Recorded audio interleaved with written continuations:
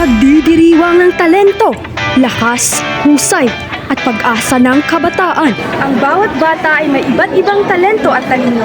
Pinagdidiriwang ito upang maipakita at madiskubre ang totoo nilang kakayahan.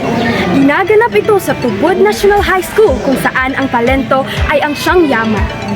Nagliliyabang talento, talino, at ang paligid ay puno ng kasiyahan. Patuloy nilang hinahasa at dinediskubre ang kapanapanabik na talento patungo sa tagumpay. Sabi nga ni Jose P. Rizal, ang kabataan ang pag-asa ng bayan. Dahil ang batang may alam, may laban. Tinatangkilik ng mga guro ang talento ng kabataan tungo sa magandang bukas. Nagkakaroon ng kumpiyansa ang kabataan sa sarili dahil sa mga gurong nagsisilbing bayani. Ako nga pala si Gia M. Tejero mula sa Taganaan National High School. Maraming salamat.